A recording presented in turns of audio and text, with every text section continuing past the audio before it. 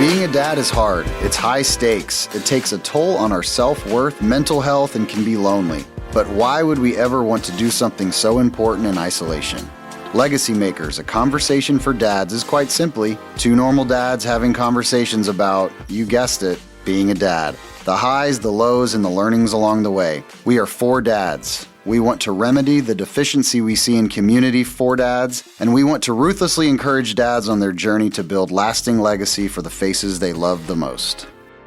All right, I got two Kevins today, which is fantastic. Today we've got Kevin Hochman as our guest. So for those who don't know, Kevin is the president and CEO of Brinker International, which is the parent company of Chili's and Maggiano's Little Italy. Kevin is known for leading some of the most successful turnarounds in the restaurant industry, including time at KFC, Pizza Hut, and now Chili's, where he's driven record sales and growth. So Kevin was also at Procter & Gamble as a marketing leader, brings decades of experience into building brands and inspiring teams. What I love about Kev, though, outside of the boardroom, he's a devoted husband and father. He's a runner, loves golfing, cooking, and giving back. So I know, Kevin, that makes you uncomfortable as I read your bio, but we are so happy to have you on. Can I just say this? Yeah. My kids, so Kevin, I've got a 7-year-old, an almost 5-year-old, and a 2-year-old. 2-year-old doesn't know what's going on, but the 7-year-old and 5-year-old do not care about this podcast, but they love Chili's. Oh, I know. So they're going to be really excited about today. No doubt about it. Well, Kevin, man. you know what I'll tell you? You raise them right. So you're doing a good job with them. And I can tell that just from that one sentence. I love it. All right, man. Well, Kevin, we will get into it. Why don't we start? Share a little background about you, your family, your kids. I think it'd be great for the audience to get a little view of you outside of what I just shared on the work front. Yeah, I was the youngest of 3 boys. I grew up in Miami, Florida. My mom was like a real servant leader. So that's probably where I get it from, and it's helped me in hospitality. And today I've been the Brinker CEO for a little over 3 years. I'm on year 4 of our turnaround, and we live in Dallas, Texas. I have 2 children and a wife of 23 years, and she's the love of my life. And then my children I have Jane, who is 19, and she is a sophomore, an incoming sophomore at Wake Forest, where she is pre-med. We couldn't be more proud of her. This summer, she shadowed a neurosurgeon, and now I think she might be excited about surgery. She was telling me the stories about it, and I almost fainted just hearing about it. She's a really tough person. And then she's also been training to be an EMT, and she's doing her overnights now. Wow. So literally, like, riding around in an ambulance and treating people, and I had no idea. She's just grown up overnight. It's incredible. And doing really well in school. And then I have a son, Alex, who's 17 years old. He is a student athlete. He does great in his studies here in Dallas as a senior in high school. But he's also a 6'5" volleyball player. So he's very tall. He got it from my wife's family. And he's an awesome young man and just super kind. And we just couldn't be more pleased. I have to say, my wife has probably been the lead parent in this, and she's done a wonderful job. So I've been very blessed. That's awesome. I didn't realize your son was so tall. Yeah. Well, you know his uncle. So my wife's his uncle's brother, tall. Yep. Andy McMillan, incredible leader at Coca-Cola. That's right. And yeah, Andy's tall. I married good. So look at you. That's a very important thing. Is we need to make sure we're making sure our kids know that. Married good. That's a good quote here. That's right. Is he thinking about going to play volleyball in college?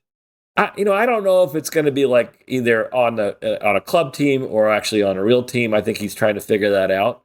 But he's really talented, and we'll support him whatever he wants to do, whatever he's excited about. My job as a parent just make sure to support that. So I don't want him to feel like he has any kind of requirements, or it's really the only requirement is that he is excited about where he goes. So that's what we're going to support him on. I love it. Well, we listen. Relationships in life are one of the most important things. I've seen you at it. You are a genuine relationship builder. You care about people. On the work front, it helps our effectiveness as leaders.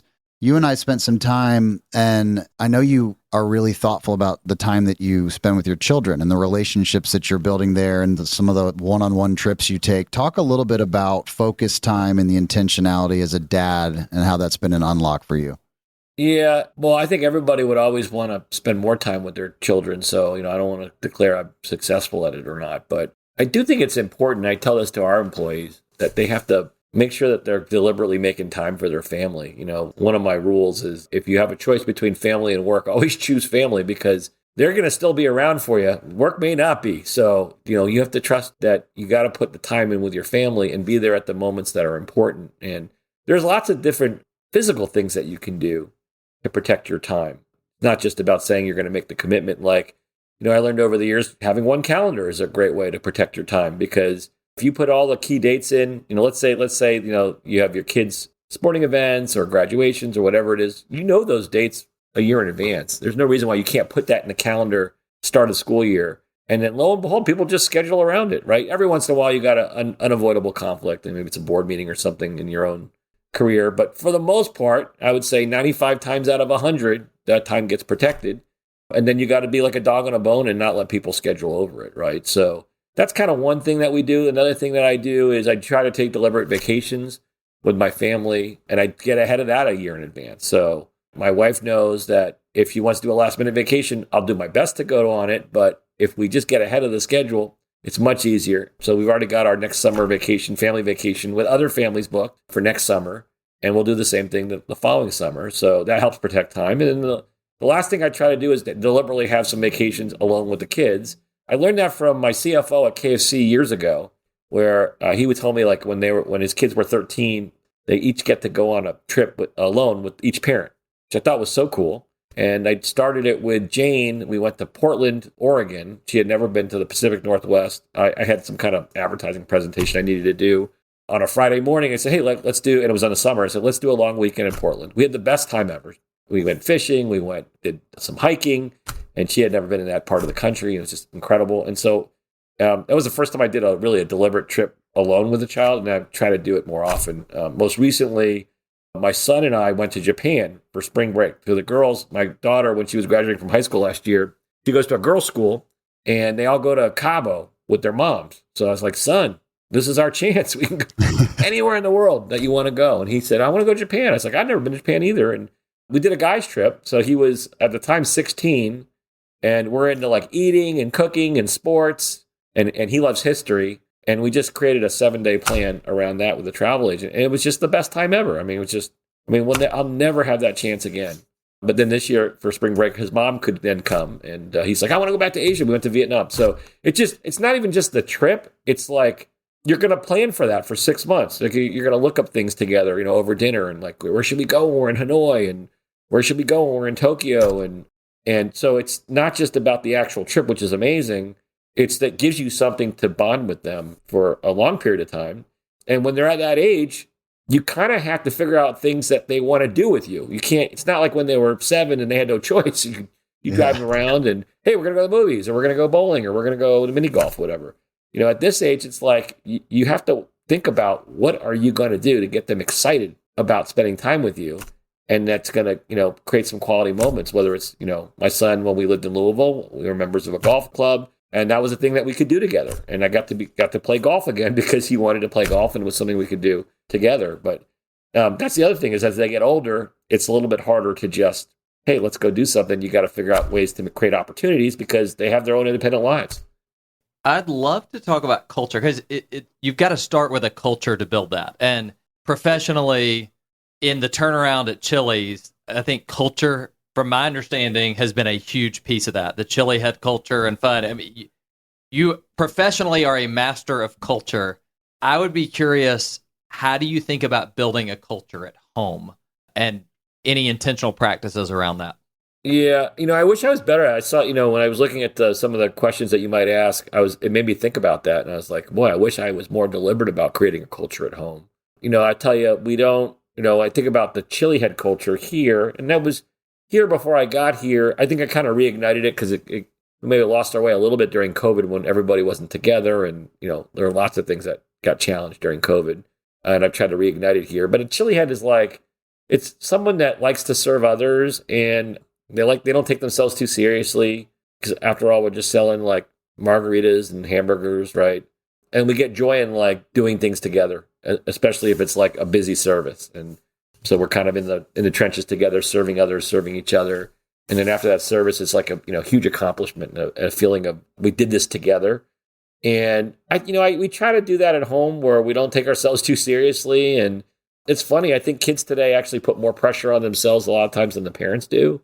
because they have so much access to all this information, and people are also posting on social, so they're comparing themselves to others, and we just try to diffuse all that. My thing with my kids, and it's the same thing here at work, is like, how do we just live up to the potential that we've been given, right? Like, at the end of the day, it's more important to do that than to win or lose. Because if you said, hey, I showed up and I did everything in my power to realize whatever potential I've been given, whatever happens, happens. It doesn't matter, right? What matters is, did you put all in that you needed to put in to give yourself a chance of being successful? And that in itself is successful. And so that's what we try to do with our kids. Like, I don't really care what my son got on his APs, but I do care that he did his best in terms of studying for them, and he felt prepared. And he ended up getting great APs, but I go out of my way to say, hey, that's great. That's icing on the cake. But why I was proud of you was well before you ever got the grade, because you did all the things to live up to your potential. And that's all we can ask as parents, and that's all you can ask of yourself, right?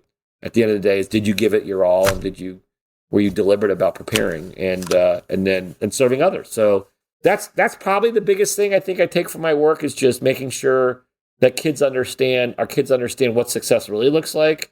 It's not whether you get the job or whether you get the stock price or what. It's really, did you give it your all? Did you put yourself in a position to have success based on the potential that you've been given? And if you can do that and look yourself in the mirror, you've already won. It doesn't really matter what the outcome is. There's a book that Bill Walsh is a late football coach. He used to be a very famous football coach for the San Francisco 49ers. It was called The Scoreboard Takes Care of Itself. And the whole idea was focus on the behaviors and the things to live up to what you can do. And if you do that, that other stuff will take care of itself. And I couldn't agree more. I think people get hung up on, did I get into this college, or did I get this grade, or did I get this stock price, or did I get this customer service metric? And none of that matters. What matters is, are you doing the things that are going to put you in a better position to deliver those metrics?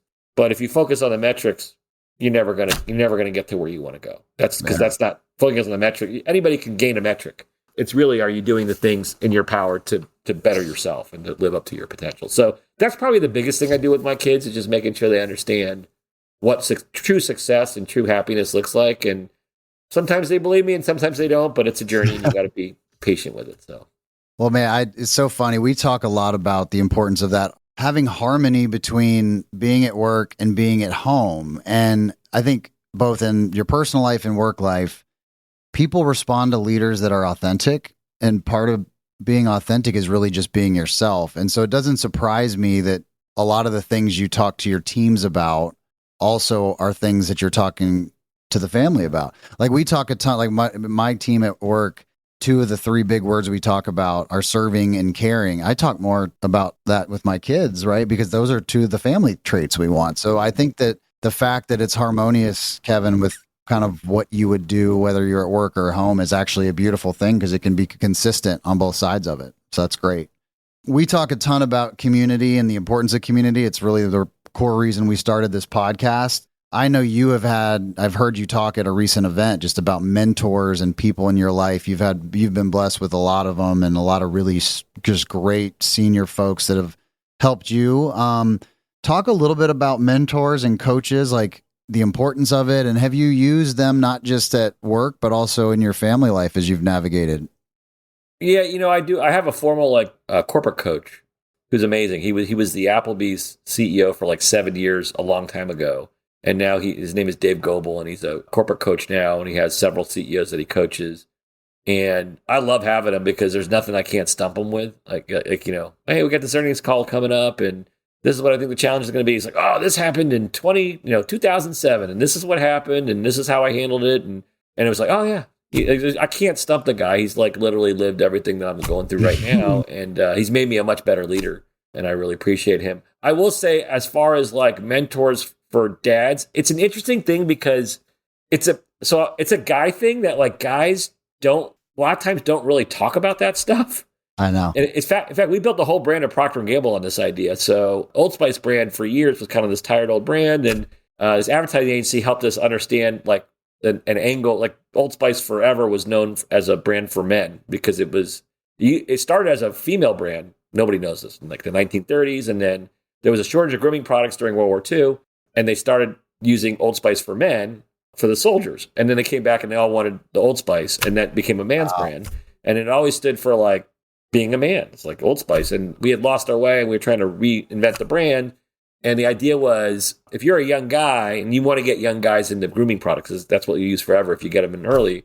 And guys, there's guy stuff that guys don't like to talk about, right? They don't want to talk about first dates. They don't want to talk about how to kiss a girl. They don't want to talk about how to how to propose marriage. They don't want to talk about how to ask the dad, for their hand in marriage. And they sure as hell don't want to talk about how to do grooming, how to shave or how to use deodorant or whatever, right? And the thought of this advertising, getting it right, was, hey, we're going to be like that older brother voice that's like, hey, let me tell you how I failed on this date, or let me tell you how I failed. And then you're more open to taking that grooming advice, right? Or that whatever that advice is, because it's coming from an older brother, not a parent. And it's through their lived experience about what, when I asked this girl to, go out on a date, this is a total flop, so don't do this, maybe do this, right? And that's how the whole voice of that, and that campaign's still going years later, It is, yeah. 15 years later. And that's why everybody's like, oh, it's just funny and it's irreverent. It's a very deliberate voice about, because if I attack it with an irreverence, the way an older friend or an older brother would, I'm more apt to listen to whatever you're telling me, right? And, so I think it's a tough thing for guys to find personal mentors to help me be a better dad or help me be a better friend, because I just don't think we do that. Yep. I will tell you that, like, there was a guy at Procter & Gamble who left a very big mark on me and many others there. His name is Jim Lafferty. He was like the president of Asia. I think he ended up working for Coke at some point as a big executive. He did a work-life balance, like a presentation. It was like an hour to an hour and a half. He would do it all around the world. Like, in addition to being the president of Asia, he would fly around the world and deliver this. And I codified the things that he taught me. And I'll talk a couple of them, but I think they're all really, really valuable. And I've shared a video with people when I feel like people don't feel like they don't have work-life balance and they need some mentorship. I always just give them this DVD. And you still have a DVD. I think I have codified it now. But and so for example, one of the lessons, so he gives you 15 lessons, and he's like, you may not agree with all of them, but even if you take one or two of them home today, on Monday, you will see a difference in how you can balance your work and life. So, like, one example was, or one lesson is, define your 5 roles in life and make choices on those roles. Meaning, it could be 4, could be 6, but the point is, have a finite amount of roles that you can play. And then when something new comes up that's going to fill your life with something, don't just say yes to it. You have to say, is it going to replace one of the other things I have? So, he gives examples like, I'm a dad. At the time, he was a parent. A dad. At the time, he was a son, right, to parents. And that was a time thing. It wasn't like, it was something he had to take care of his parents. He was a golfer. He was a corporate leader. And he was on some charity board, right? So those were his 5 roles. And then someone asked him to be on another board that was going to take up time. And he's like, okay, am I willing to give up something? Or am I just going to put this? He's like, ended up not being a golfer for a period of time because it was really important to him, right? And I think it's hard to see in the moment when you're an adult and something happens where it's going to take more of your time, and to be honest about, can I do all these things? Like, at some point, you may not be able to be a sibling anymore. Doesn't mean you don't have brothers and sisters, but it does mean when your brother or sister has a child, you may not be able to fly out there and be there for the birth because you're in a different place now, right? And you can't. Sometimes you got to give up stuff like that, right? And you got to make choices about what's important to you. Like, when I became a dad, I had to give up golf. I didn't play golf for 14 years from the day I had Jane and then my son became of age and wanted to start playing golf again, and it was a thing I could do with him. And I took up golf again. But like right now, I don't play any. I haven't played golf in 3 years because I have a new job as a CEO of a company, and that probably takes up 2 roles because it's a lot, right? Yeah. And it's just, can't do it all. If I want to be a golfer, I'm going to have to give up family time. I don't want to do that. So I think that idea of like having roles is a really important one. And then being honest about when you have a new role come up and someone wants you to participate in it, are you going to give up on something? And it's always going to be something important, because those 5 roles have to be important. Otherwise, they shouldn't be a role in your life. Another one I thought was really good was the idea of training your people and trusting your people. So especially as and this, Eric, like, you're a bigger and bigger leader, you have more people under you. There's no way you can do what you need to do alone. And so you really have to learn how to train people and coach them. And that becomes your primary job, not to do anything, right? And then you've got to trust them. So when you need to get into something different at work, or you're going on vacation or whatever it is, the business is still going to be here. If you did a good job and put the time in to train them, you're going to get a return from that, right? And you see that with a lot of people that can't let things go, either because they got to work on something else, or they're going on vacation and they don't really disconnect from whatever it is. And then they become less effective because they never really learned how to train and delegate, right? Because, nobody hits a switch at some point and goes, you got to stop leading things and you got to start coaching and delegating. It just happens, right? And sometimes sometimes you have roles that have a mix of those things, and it's real. So that's another look. But anyway, there's really like 13 lessons that I've codified, and it's really kind of changed my life and my work-life balance. Like, I run a very big business. I have 72,000 employees. I don't for once feel ever like I'm overwhelmed in any way. I just don't, because awesome.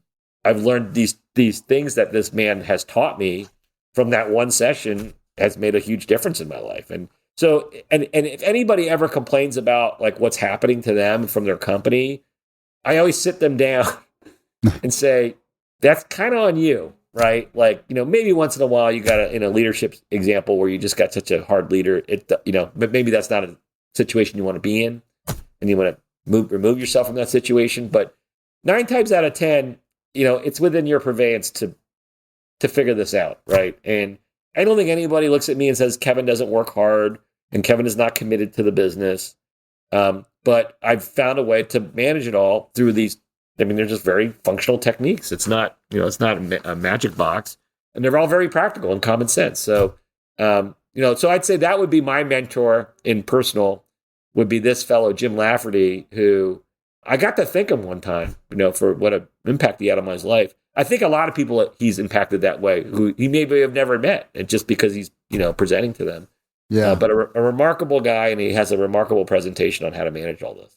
It's funny because, and then I hear a couple of things. Like, I love what you said. We talk about how guys oftentimes are not the most emotionally available creatures. Yes. And to your point, like when you hear mentorship, our minds go to, oh my gosh, I want to sit on a therapy couch and have this conversation. But mentorship, really for us, sometimes the best way is a presentation that has made this impact on, which is a really good thing. Yeah. We've talked a lot about this quote. We've never met a bad dad who's trying to be great. And that idea of when there is an intentionality, there's some results. I loved your Old Spice example because you say it's a fun ad, but it's not by default. It was by design that it happened. And I think when dads are intentional in that, it makes a difference. Yep. I'd love to just talk about vision for a second, because as the CEO of Brinker and the turnaround of Chili's, there was obviously a very clear vision for that. I'm curious how you translate that to your kids. Like, how do you help them think about a vision for their life? Yeah, I was looking at the questions that you had submitted, and like, I kind of wish I had done that in my personal life. Because what I believe in is, if you want to accomplish anything great in business, you got to have a vision about what that is, because you need all these people to follow it. And if they don't know where you're going, they're never going to be excited about doing that.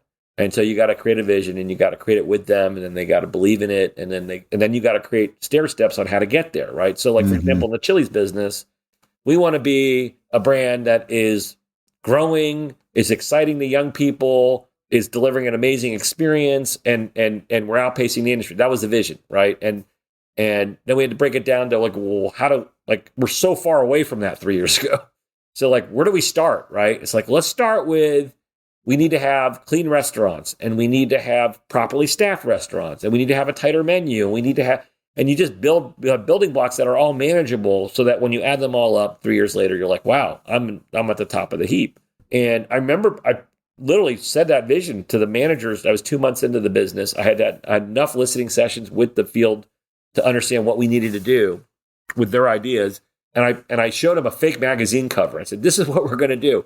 The magazine cover was going to be Chili's is back, and here are all the stories about how it was your ideas, and how we simplified the menu, and we added labor, and we fixed the restaurants. It was all the stuff we did. And in fact, I showed them the cover last week when we had a conference. I said, it's been 3 years. How are we done? What are the real headlines written? And they're all the same headlines that we had talked about, right? And it's because we made it into manageable chunks that people could see themselves in what they did. So when you asked that question in the pre-read, I was like, boy, I wish I had done that, because like, I think if you ask dads, like, what does success look like to you? Like, what is your end vision of being a dad? Like, I think people would have different articulations of it. Like mine would be, I want my kids, when we're at rehearsal dinner and we're toasting them, I want them to say, oh my God, I'm so glad my dad was in my life. And here are the things that my dad meant to me and why I'm a better adult because of him. Like that's the Chili's is Back magazine cover, right? So then you'd say, what are the things that you need to do to get to that point, right? Well, you probably got to spend a lot more time with your kids, right?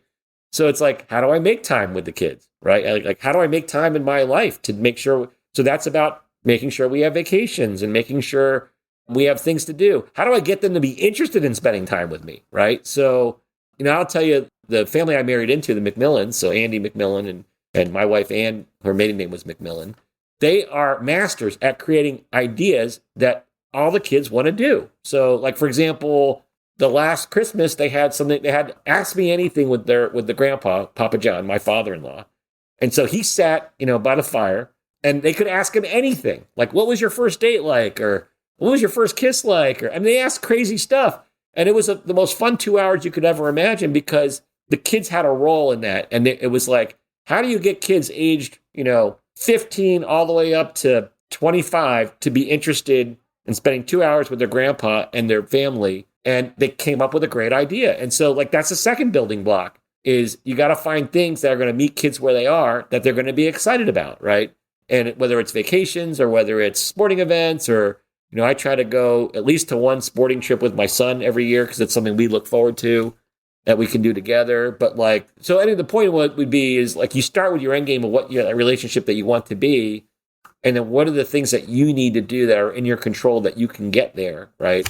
And then you got to go make it happen, right? So if I need to have more time to be at my son's sporting events when he plays volleyball, like, hey, Ann, I need every one of his volleyball games that are here in Dallas. I need them to be loaded into my calendar, right? I may not get to all, 20 of them, but if I get to 15 of them, I've won, right? Like, yep. And then he'll even be like, I don't want you to be there. And it's like, TS, son, like, I'm going to your volleyball games. And it ends up being great, right? And he's still going to go out to eat with his buds afterward because he's got his own car. But like, he knows his dad was there with his mom.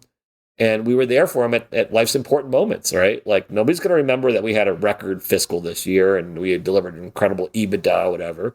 But my son is going to remember whether I was in his life during his high school years, right? So to me, it's like, I think you just got to be deliberate about what's your end vision of what you want your takeaway as a dad to be. And then, are you doing things to get you there, right? I wish I was more deliberate about it the way you asked the question, the way I would on a business thing. But, I did do some building blocks on that. But that's what I would do if I had to do it over again.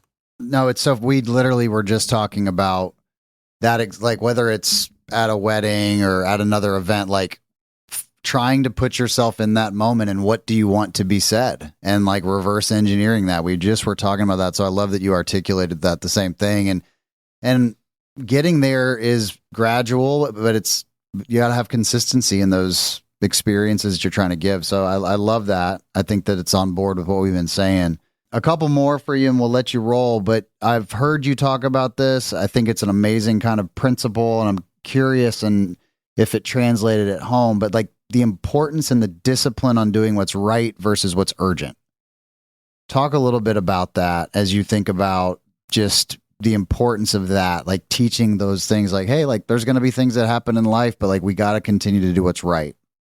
Yeah, it's like the thing you're told when you're a kid, like just do what's right and it'll all work itself out. And then you would grow up and then you get all these pressures and you're like, And then you start telling yourself, well, you start convincing yourself what's right is not really right. So you can do those other things. And it's like, everybody knows what's right.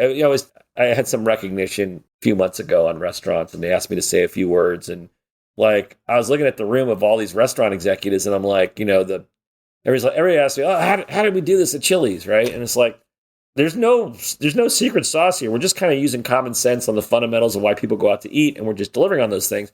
The problem is that like there's so many pressures that get in the way of doing the right thing that very few people do the right thing. So like, we all know the right thing is, and a lot of the casual diners that have not done well over the years, including Chili's, we cut corners on, food quality, or we overextend the menu, or we start pulling back on labor. We have all this data that says, we have this new technology. We don't need all these servers because the technology is so good. And so we're able to take out, $50 million of labor. It's a miracle. And then we wonder why our experience scores are down, right? Because we're lying to ourselves. Like, there's no technology that's going to allow you to remove a bunch of servers, right? Like people go out to eat. They don't want to use a kiosk or their phone. They want to talk to somebody. That's why they go out to eat. If they don't want to talk to somebody, they can go to a fast casual. They can go to a fast food restaurant. They can order on their phone, right? Like, it's a lot cheaper. Like, why wouldn't you just do that? So so it happens all the time in business where we talk ourselves out of doing the right thing because it's convenient, right? Or the business is like right now, a lot of restaurants are struggling for traffic, right? And they're all going to throw a bunch of coupons and all this short-term discounts. It's going to provide some short-term relief, and they're all going to be high-fiving about the discount. And then they're going to have to roll it over with a better discount. And then it's like, we don't know, we're not gonna, it's an endless spiral to like disaster. So, and that's true about life. There are so many things that you can get short-term relief that can make you feel good for a few hours, but you wake up and your problems are even worse, right? And and the thing is with your kids and what you try to do, and sometimes they listen and sometimes they don't, right? Is you really got to explain why doing the right thing all the time is so important because of the hole it can dig you, right? So if it's studying for a test or deciding whether to go out with your buds when you need to do something, it's not that in that short-term moment. That's not gonna derail you, right? What's going to derail you is it's easier the next time to skip it, to go out with your buds, to spend another hour with them, right? To come home at 11 p.m. instead of 10 p.m., right? So, because you're creating habits at that time, because it's providing relief, right? And it's like, it's hard because it's like, they don't understand it in the short term, just like business people don't understand in the short term. I want relief now. I want excitement now, whatever it is, right? So that's what I try to do. Sometimes it's successful, and they're never going to be like, hey, thanks for that lesson, Dad. I'm going to do this now.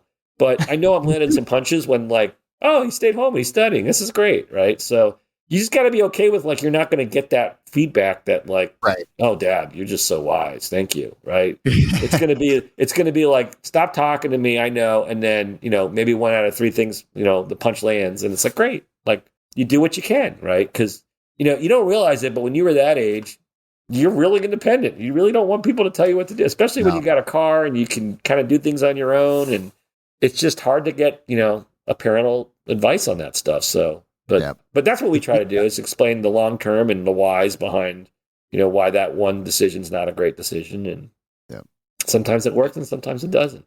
I like the feedback loop is long and you got to just have faith that, okay, the more consistent I am with these really important principles, like you'll start to see it, but it's not an immediate gratification for Dad, for sure. Yeah. Sometimes I try to use the business situation. Yeah. So that they see like what in their life. So it's not talking about them. I'm talking about something at work. But like I found my son in particular, like he's always looking like two steps around, and he's like, "Oh, you're just telling me that because you want me to do this." I'm like, "Well, if I just told you to do this, you wouldn't want to do it. So I'm using my work thing. So you can't blame me." And he starts laughing. They're all really smart. Yeah, I find that kids today are way smarter than we were at our age. And it's probably because they have so much more information that they get earlier in age that they just seem a lot more deliberate and knowledgeable, which stinks for a parent because you can't really use the old tricks. I'd be curious, Kevin, what advice you'd give to a young executive. So if there's somebody in your business or who says they're struggling with this intention of, I really want to be great at work, I really want to be successful, and I want to be a great parent. So it could be a dad, could be a mom. What advice do you give to them? Well, usually I sit them down with these 13 codified lessons and I walk them through it. I mean, I can do them real quick. They're great. There's, define the 5 roles that we talked about. Use one schedule in your life. That was a big changer for me because I used to have like a personal schedule and a work schedule. And then like my wife would be like, hey, the kindergarten graduation is on Thursday. Are you going to go? If you tell me on Monday, we're screwed. If I know about that a year ahead of time, it's going to be real easy to block my calendar, right? So it's like, So using one calendar is really important and being deliberate about scheduling ahead of time. On defining moments, always choose family. That is never a debate. I see people do that all the time. Oh, I was supposed to be there, but now I found out about this. And it's like, I hate to tell you, work may not be there for you next year or the year after that, but your family will be if you put time into them. So they're never going anywhere. Take real vacations. I think it's a great one. Master efficient communication. So how do you communicate well with your people underneath you, people above you, your stakeholders? It's critically important to bring people along. It's gonna result in a lot less work for you, trying to explain things on the back end. Practice the 80 for 20, I think is a great lesson, which is get 80% of what you need with 20% of the work and then stop and then move on to the next thing. Don't try to be a perfectionist, because 80 is what matters in any business or any situation. Train your people and then delegate and let them lead. 30 minutes of exercise a day, that's a really important thing that I think people don't make time to do. They always have reasons why, I'm too busy. And it's like, that doesn't cut it. Then wake up earlier or work out at night, but you got to have some time for yourself to get some kind of physical activity. Leverage technology.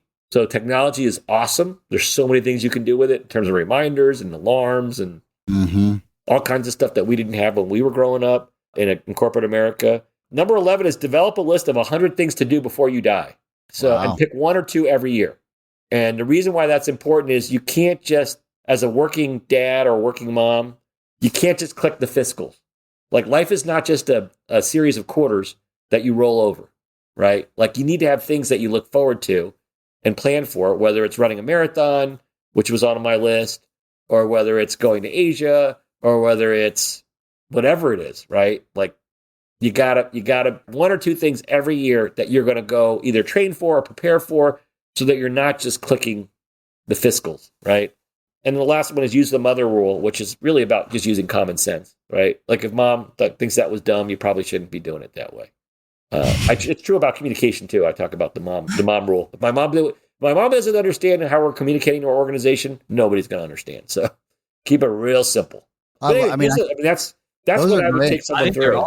They're all great. And I can even hear some of them, like, to your point about how it's impact. Like, when I hear the 80-20 piece, my mind went to the impact of those small, in the grand scheme of things, trips that were such a huge magnitude, probably of an impact. Taking your son to Asia, 7 days, but huge impact, right? So I hear some of the principles and how that's translated to you as a dad. So yeah, focus on a few things that are important, that are going to make a difference. And it's so hard to do that in work and in life. It's so hard because everybody's grabbing you, and it's hard to say no. But you have to have a focus and a constancy of purpose, because you only have so many hours in a day. Especially when you get to our level, Eric, where it's like you have more of a poverty of time. That's the most precious thing that you have, and it's like you have to just spend it on things that are important. And like, people always, they wonder why we've been able to do our turnaround so fast. Is we don't work on anything small. Doesn't matter whether my board asks me to do something small or a friend calls, I want you to meet with this supplier. It's like, no, if it's not on our strategy, we don't do it. And we don't waste money. We don't waste people's time. We're only focused on the important things. And that's why we've been able to progress things faster. Because a lot of times your organization will say, I can do all that stuff. I know you can. It's just going to take longer to do all the things. And we don't have especially in a turnaround, you don't have the leisure of time. You've got to go fast and move with deliberacy. And it's true about your life. There's only so many things that you can do well. And if you try to overextend yourself on things that are not as important, you can't have quality relationships or whatever you want. It's tough because people don't like to say no, right? But you have to figure out how to set yourself up for. I literally hate getting calls from friends asking for favors. The answer is going to be no, whether it's a work thing or a personal thing. Yeah. But you got to do it, because the 80 for 20 rule is so important. I'm convicted on that. I got one final one, and then we'll let you bounce. You kind of hit on this a little bit, but as you think about that moment at the wedding reception, as you think about having a conversation with your kids 10, 15 years down the road, and they talk about you and they give some examples of words that come to their mind when they think about their dad, what do you want them to say? Well, I just wanted to think I've supported them, right? Like, that I was a loving dad that supported them in whatever they wanted to do. And that, if they wanted advice, they got great advice, and I made a difference in their lives. That's all. That I helped them live up to whatever potential they've been given. That's my hope. I don't know if I'm going to get that right now, but I'm going to get a little bit, but not a lot. You will.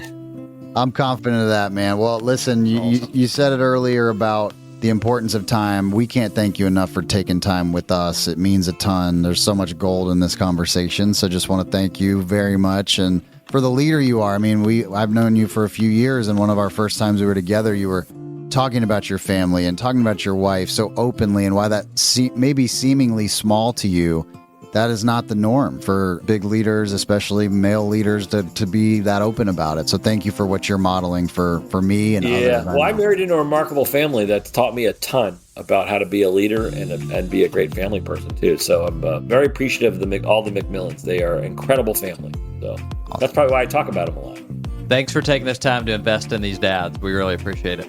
Thanks, awesome. Kev. Thank you. Appreciate the time. Great. Thanks for listening to Legacy Makers with Kevin Scott and Eric Blumenthal. Make sure you download and subscribe wherever you get your podcasts.